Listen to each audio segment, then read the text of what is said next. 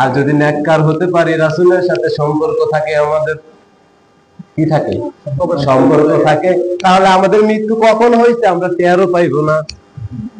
দরকার আছে নি? হ্যাঁ, দরকার আছে না? এবার আসেন কিভাবে এটা হয়। এটাও পৈতৃক সম্পত্তি পাওয়া যায়। আমাদের মা বাবা যদি কিছু সম্পদ রাখে, এটা পাওয়ার জন্য আমরা চেষ্টা করি না? মা বাবা আমাদেরকে কিছু সম্পদ দেওয়ার জন্য তাদের আশা। যারা মা বাবা হয়েছে তারাও চায় আমি আমার সন্তানের জন্য কিছু সম্পদ রেখে যাই, চায় না? দেখেন কি রেখে যাচ্ছেন, কি রেখে যাওয়ার দরকার ছিল, কি রেখে যাওয়া দরকার ছিল আর কি রেখে যাচ্ছেন। আমার কথা কি বুঝতে পারতেছেন? মা বাবা আমাদের জন্য কি রেখে যাওয়া দরকার, তারা কি রেখে যাচ্ছে, ছোটরাও শিখো, মনোযোগ। ছোট বাচ্চারা যখন জন্ম নেয়, জন্মসূত্রে মা বাবা যদি ওলি আল্লাহ না হয়, তাদের সাথে কারিন জিন শয়তান একাকার হয়ে জন্ম নেয়। অর্থাৎ আপনার পিঠা বানায় না, পিঠা আটার সাথে চিনি দেয়। যেমন ধরুন যদি তালের পিঠা বানায়, ওই পিঠার মধ্যে চিনি দেয়, তাল দেয়, অথবা মিঠাই দেয়, তাল দেয়, দিয়ে সেরে একাকার করে না, একাকার করে সে তারপরে বানায়, পিঠাটা খুব সুস্বাদু হয়। ঠিক ওইভাবে মা বাবা যদি ওলি আল্লাহ না হয়, কারেন্ট জিন থেকে মুক্ত না হয়, আবার জন্ম দিতে সময় ওইভাবে জন্ম না দেয়, সন্তানটা জন্মসূত্রে ওই চিনি, তাল, চাউল এই তিনটার মতো একাকার হইয়া ওই দেহটার মধ্যে ব্যক্তিও আসে এবং তার সাথে কারেন্ট জিন, সহচর জিন শয়তানরাও আসে। মনোযোগ দেখো, তোমাদের জন্য বলতেছি, তোমরা মনোযোগ দাও। মা বাবা রেখে যাওয়া সম্পদ প্রয়োজন ছিল আমার সন্তানের মধ্যে যখন এই কারেন্ট জিন শয়তানটা দুর্বল থাকে। কিন্তু মা বাবা কি করে, হালাল হারাম বাছাই করে না।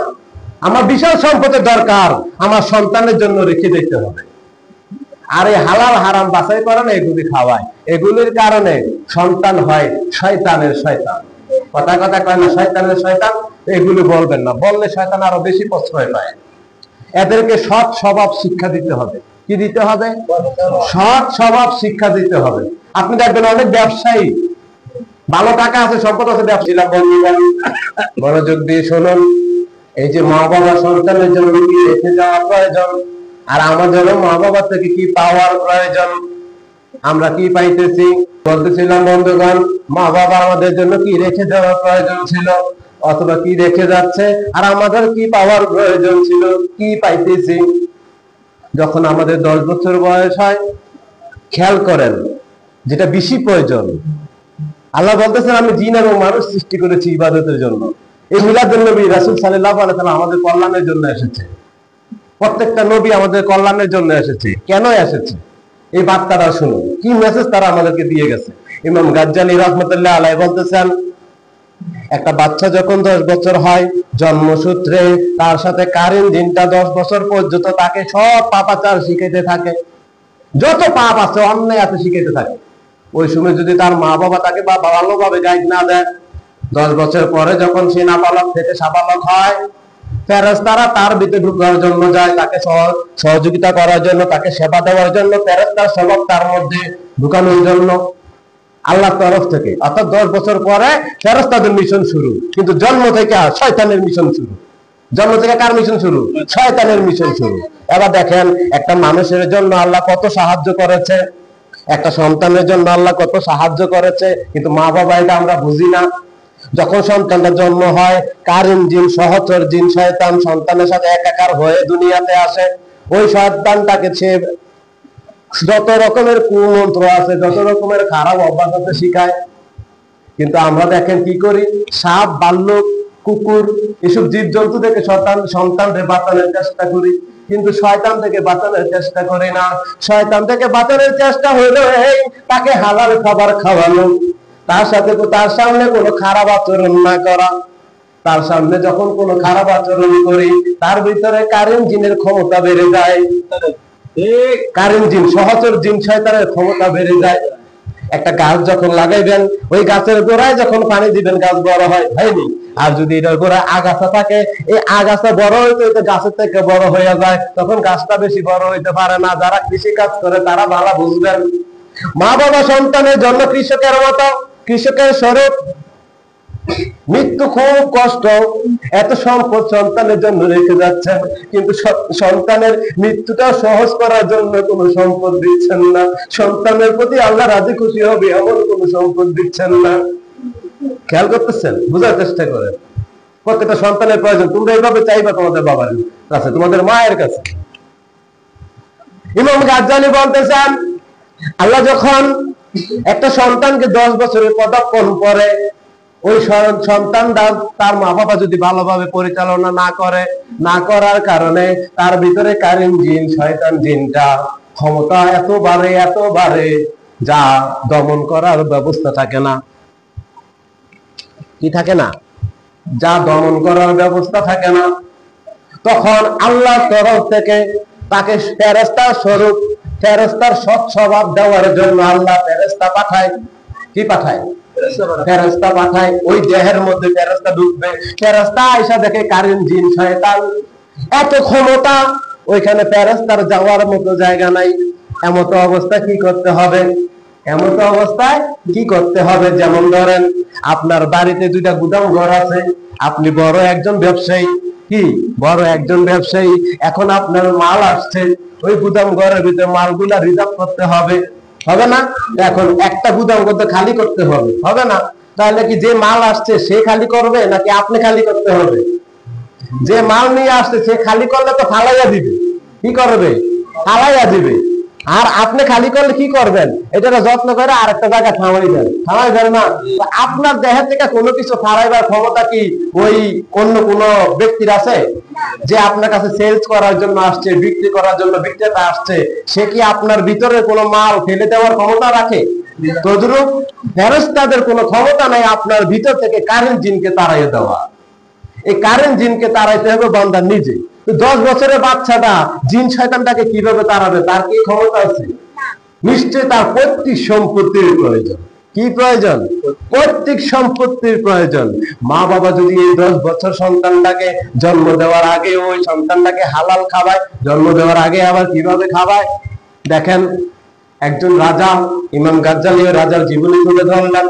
ওই রাজা আল্লাহ ওয়ালা বাদশাহ, কি আল্লাহ ওয়ালা বাদশার রাজত্বের মধ্যে একজন বুজুর্গ আছে আল্লাহর ওয়ালি, তিনি প্রতিদিন রোজা রাখেন। তখন ওই বাদশাহ চিন্তা করলেন ওই আল্লাহর ওয়ালি থেকে কোনো সহযোগিতা নিতে হবে আমাকে। একজন ব্যক্তি পাঠাইলেন, ব্যক্তি যে বললেন, হে আল্লাহর ওয়ালি বুজুর্গ, আপনি কি দিয়ে ইফতার করেন? বাদশাহ বলছে আপনার ইফতার থেকে কিছু অংশ দেওয়ার জন্য। ওই ব্যক্তি বলল, আমি তো আটা দিয়ে ইফতার করি, যদি কোনোদিন আটা রুটি নাও বানাতে পারি, খালি আটা খেয়ে ফেলি, কারণ ইবাদতে সময় দিতে হবে, আমি ওই রুটি বানানোর সময়টা আমার নাই। কি নাই? রুটি বানানোর সময় নেই। আল্লাহর ওয়ালিদের জীবনী। তখন বাদশাহ বলেন, ঠিক আছে, কিন্তু আটার ছাতু নিয়ে আসুন ওনার থেকে। বাদশাহ 3 দিন রোজা রাখলেন আটার ছাতু খেয়ে। কি খেয়ে? কার থেকে আনছে? বাদশার কি অভাব আছে? কার থেকে আনছে? বুজুর্গ থেকে। অর্থাৎ বুজুর্গের সওবত, বরকত, নিয়ামত, আল্লাহর নিয়ামত বুজুর্গ থেকে আনছে। আইনা 3 দিন রোজা রাখছে এই আটার ছাতু খেয়ে। তারপরে স্ত্রীর কাছে গেছে, সন্তান জন্ম দিছে। ইতিহাস বলে ওই সন্তানটা আল্লাহর ওলি হয়েছে। এই হচ্ছে পৈতৃক সম্পত্তি। কি সম্পত্তি? পৈতৃক সম্পত্তি। আপনি কি করবেন? টিভি সেটের সামনে নাচানাচি করবেন, বন্ধুদের সাথে আড্ডা দিবেন, হালাল হারাম বাঁচবেন না, খাইবেন, আর সন্তান জন্ম দিবেন, আর কইবেন আল্লাহ আমার একটা জানবেন আদেশ দিছে। আল্লাহ দিছে, নাম দেওয়াছে। কেন? কেন দিছে? এটা পৈতৃক সম্পত্তি। আপনার যে সম্পদ আছে আপনার কাছে, এটাই তো আপনি পাইছেন। এটাই তো পৈতৃক সম্পত্তি। সবচেয়ে বড় পৈতৃক সম্পত্তি হচ্ছে আখলাক, চরিত্র। কি? আখলাক, চরিত্র। বিজ্ঞান বলে একটা সন্তান যখন জন্ম নেয় 6 জন ব্যক্তির চরিত্র নিয়ে জন্ম নেয়। কয়জন? 6 জন। বিজ্ঞান বলতেছে, বিজ্ঞান, সায়েন্স। দাদা দাদি, নানা নানি, মা বাপ, এই 6 জনের ক্যারেক্টার নিয়ে জন্ম নেয়। এবার আল্লামা ইমাম গাজ্জালী বলতেছেন, কিমিয়া সাদাতের মধ্যে ইমাম গাজ্জালী তুলে ধরেছেন যে তখন কি করতে হবে সন্তান, যদি ওই সন্তানটাকে জন্মসূত্রে সে কারিন জিনটা এত সতেজ, এত তাজা, সে দুর্বল, এবার সে কি করবে? এবার সে রিয়াজত করবে। তার এখন বুঝ হয়েছে, জ্ঞান হয়েছে, এবার সে আমল করবে, এবার সে বেশি বেশি রোজা রাখবে, এবার সে সিয়াম সাধনা করবে, বছরে 5 দিন ছাড়া বাকি সব দিন সে রোজা রাখবে, সে নামাজ বেশি বেশি নামাজ আদায় করবে, রাতের ঘুমকে সে হারাম করে দেবে।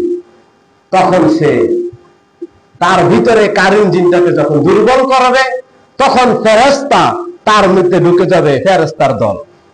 এখন ফেরেশতা দলের শক্তি ইচ্ছা আর শয়তানের দলের শক্তির ইচ্ছা তার ভিতরে আবার লড়ালড়ি করবে। দুই দল আবার ঢুকে গেছে, এবার যুদ্ধের ময়দান লাগছে, এবার ঠেলা ঠেলি, এবার যুদ্ধ চলবে। কারণ এতজন এক দল ছিল, শুধু শয়তানি চলছে। এবার কি ছিল? এক দল, শুধু শয়তানি চলছে। এখন যখন রিয়াজত করতেছে, এতদিন রিয়াজত করে দেখবেন কোন ব্যক্তি তাবলিগে গেছে, অথবা কোন পীরের দরবারে গেছে, অথবা কোন মসজিদের ইমামের সাথে চইলা ভালো হইতেছে, তাকে এবার অনেকে টিটকারি করে। এবার তার সে কয়, দূর আর ভাল লাগে না টিটকারি, তুই যে হালা টুপি, আমার টুপি পরাইছে, আবার সে আগের মতো চলে। অর্থাৎ তার ভিতরে সে একটু জায়গা করছিল, ফেরেশতা যাইয়া শয়তানের সাথে যুদ্ধ লাগছে, আর মানুষের মধ্যে থেকে শয়তান তাকে ধোঁকা দিতেছে, সে বুঝতেছে না। বল বল তার বল বল, আমার কথা বুঝতে পারতেছেন? তো এই জন্য এই শয়তানটাকে দুর্বল করার জন্য যখন আমি চেষ্টা করব, রিয়াজত করব, আমাকে সজাগ থাকতে হবে। আপনি বলেন তো, আপনার ঘরে যদি সম্পদ থাকে, চুরে নিয়ে যাবে, আপনাকে একটু সজাগ থাকতে হবে না? সজাগ বলতে কি, সারাক্ষণ এইভাবে থাকা যাবে সম্ভব? তালা মারতে হবে। আল্লাহ রাসূল বলেছে, তোমরা চিনির বয়মের মুখ মারো, নয়তো পিঁপড়া খেয়ে ফেলবে। এইভাবে সন্তানটাকে আপনি পাহারা দিয়ে, সাজেশন দিয়ে, জ্ঞান দিয়ে, বিচক্ষণতার সাথে পরিচালনা করে, যেমন একটা গাছ লাগাইছেন, খুব সেবা যত্ন করার পরে গাছটা বড় হয়, এটা থেকে আমরা ফল পাই। তদ্রূপ সন্তানটাকে প্রত্যেক সম্পত্তি, সবচেয়ে বড় সম্পত্তি হচ্ছে আখলাক, চরিত্র, ক্যারেক্টার। এই সম্পদটা যদি আপনি সন্তানকে দিতে পারেন, আর কিছু লাগবে না, আর কিচ্ছু লাগবে না। এই আখলাক দিয়ে সে সব পাবে। কি পাবে? এই আখলাক দিয়ে সে সব পাবে, দুনিয়া ও আখিরাতে বাদশা হবে। আপনি দুনিয়াতে আসমান সমান সম্পদ দিয়ে যাবেন সন্তানকে, কোনো লাভ হবে না, অলস হয়ে এগুলো খাইয়া মরবে, আল্লাহর ইবাদত করতো না। কিন্তু তাকে যদি আখলাক দেন,